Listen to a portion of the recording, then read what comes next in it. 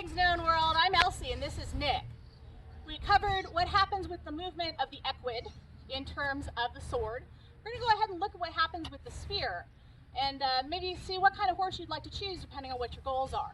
So I'm going to go ahead and have the cameraman pause and Nick and I will be right back. Okay, so going along at the walk, I couch my lance on the nice mule. This is with my hips relaxed. This is with my hips tight. Just a tiny bit of bounce. If I go into a trot, tight hips, relaxed hips. You can see the spear is pretty steady. Go ahead and pause.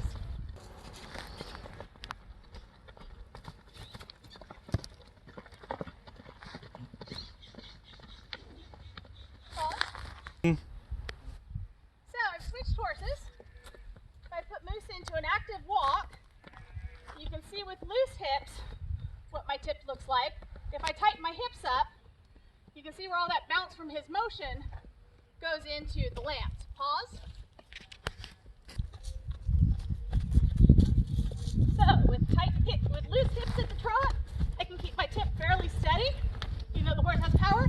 With tight hips, my tip starts to bounce. So pause.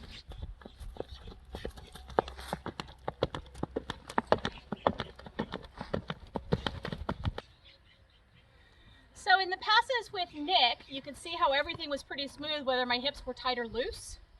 There were a few times he bobbled in the canter and my lance bounced. You can see where a steady canter is important. With Moose, you start to see a big difference on whether my hips take that motion out or not. Now, whether you want your lance tip to be steady makes maybe a difference. If you're trying to hit a very narrow rings target, a smooth moving horse with the ability to take the motion out with your hips is really important. If you're trying to use your lance to generate enough force to launch the other guy out of his saddle with a really high back, that extra loft and that extra motion may work to your advantage. So